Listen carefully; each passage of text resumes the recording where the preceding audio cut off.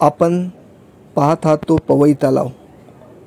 पवई नावाच्या गावातल्या झोपड्या हलवल्यानंतर तिथे पवई तलाव नावाचा एक कृत्रिम तलाव तयार करण्यात आला आणि बघता बघता आसपासच्या परिसराला त्याचं तलावाचं नाव मिळालं।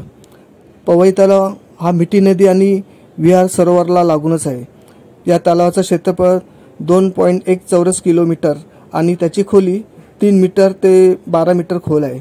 सध्या ज्या जागेवर तलाव आहे ती जागा 1799 मध्ये म्हणजे पवई तलाव बांधण्यापूर्वी डॉक्टर स्कॉट यांना वार्षिक भाडेपट्टीसाठी दिली होती। स्कॉट यांच्या मृत्यूनंतर ती जागा 1816 मध्ये गव्हर्नमेंटने आपल्या ताब्यात घेतली आणि 1826 मध्ये ती पुन्हा एकदा agriculture and horticultural society of western India white president Framji Kawasji यांना भाडेपट्टीवर दिली आणि त्यानंतर 1891 मध्ये तिथे तलाव बांधण्यात आला। तेव्हा त्या तलावाला फ्रामजी कावसजी यांचं नाव दिलं गेलं। पवई गावाला पाणी पुरवठा करण्याची गरज भासू लागली तेव्हा मिठी नदीच्या प्रवाहात 10 मीटर उंचीची 2 धरणं बांधण्यात आली। पूर्व उत्तर पश्चिमेला असलेल्या डोंगरावरून वाहत येणारे पावसाचे पाणी साठवून ठेवण्यासाठी आणि दुष्काळी काळात मुंबईला पाणी पुरवठा करण्यासाठी या धरणाची निर्मिती करावी असा प्रस्ताव 1889 मध्ये मांडण्यात आला। सुरुवातीला 2 मिलियन गॅलन पाणी पुरवठा करण्यासाठी 6,50,000 खर्च येत होता। या योजनेवर अंदाजे 5 लाख रुपये खर्च होता। मात्र कालांतराने तलावात सांडपाणी, झाडं, फुलं, कचरा, कंद, तण आणि मोठ्या प्रमाणात वाहून आलेला गाळ साचल्या गेल्याने 1890 मध्ये पिण्याच्या पाण्याचा पुरवठा करण्यावर बंदी घातली गेली। त्यानंतर वेस्टर्न इंडिया फिशिंग असोसिएशन मासेमारीसाठी या तलावाचा वापर करत असत। त्यानंतर ही संस्था द बॉम्बे प्रेसिडेन्सी ॲग्लिंग असोसिएशन या नावाने आणि नंतर द महाराष्ट्र स्टेट ॲग्लिंग असोसिएशन या नावाने ओळखली जाऊ लागली। महानगरपालिकेच्या अखत्यारीत असलेली या तलावाची स्वच्छता, देखभाल आणि आसपासच्या परिसराचं सौंदर्य टिकवण्याचं काम सध्या द महाराष्ट्र स्टेट ॲग्लिंग असोसिएशन ही संस्था करते आहे। L&T कंपनीवरून गाडी वळली की पवई परिसराला सुरुवात होते। थोडंसं पुढे गेलं की मध्येच तलाव दिसतो। हाच तो पवईचा तलाव। या तलावाच्या नावाची मात्र कुठेही पाठी नाही।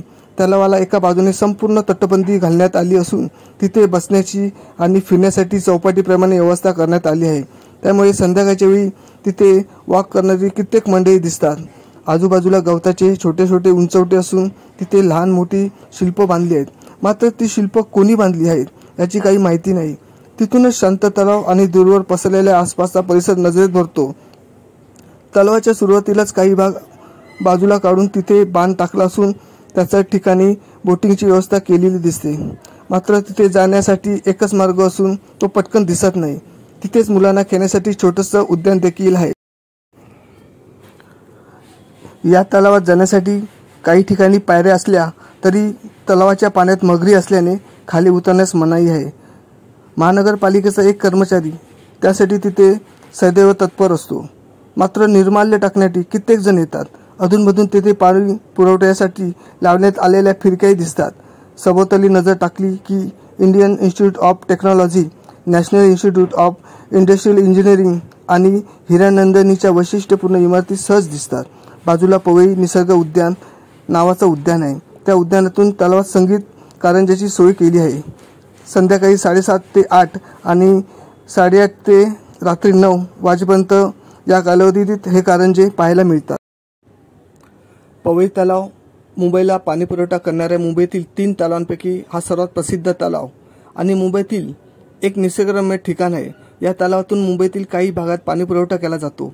तलावाच्या बाजूला जलशुद्धीकरण प्रकल्प आहे। हा राष्ट्रीय उद्यानाचा एक भाग असल्यामुळे याच्या एका बाजूला हिरवीगार झाडे व एक टेकडी आहे, ज्याचे रूपांतर आता आंबेडकर उद्यान असे करण्यात आले आहे।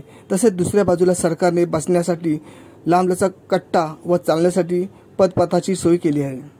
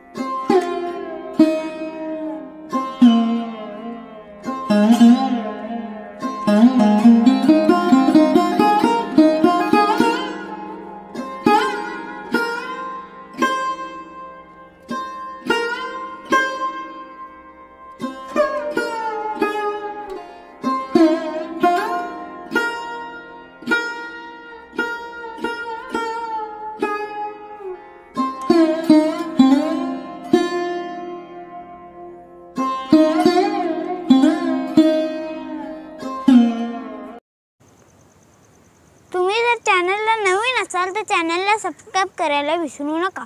बाजूची बेल आयकॉन असेल ते नक्कीच दाबा, आपले नवीन व्हिडिओ बघायला मिळेल।